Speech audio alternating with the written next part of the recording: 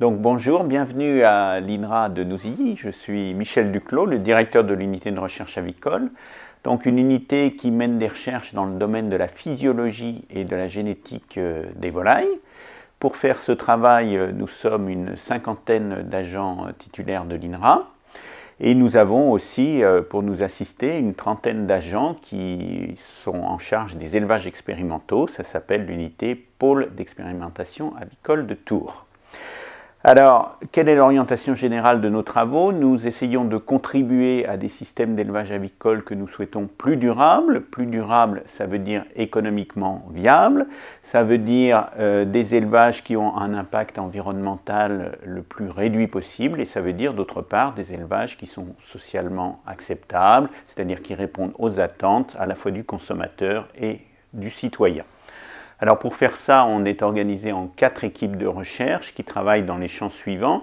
Une équipe qui travaille sur la nutrition des volailles, et on va s'intéresser en particulier à des aliments produits à partir de cultures métropolitaines, par exemple réduire le recours aux intrants d'importation comme le soja, les remplacer par des tourteaux de colza ou des protéagineux à graines.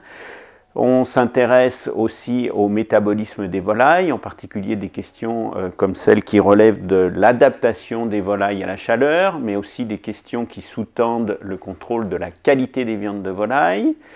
On s'intéresse d'autre part à la qualité de l'œuf de poule et enfin au contrôle de toutes ces fonctions par la génétique qui en fait permet de sélectionner des volailles plus aptes aux conditions d'élevage actuelles.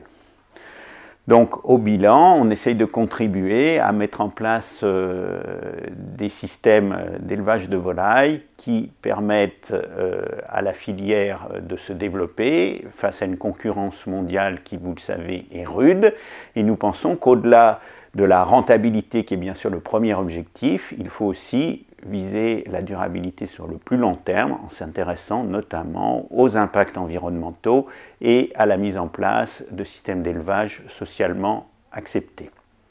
Merci.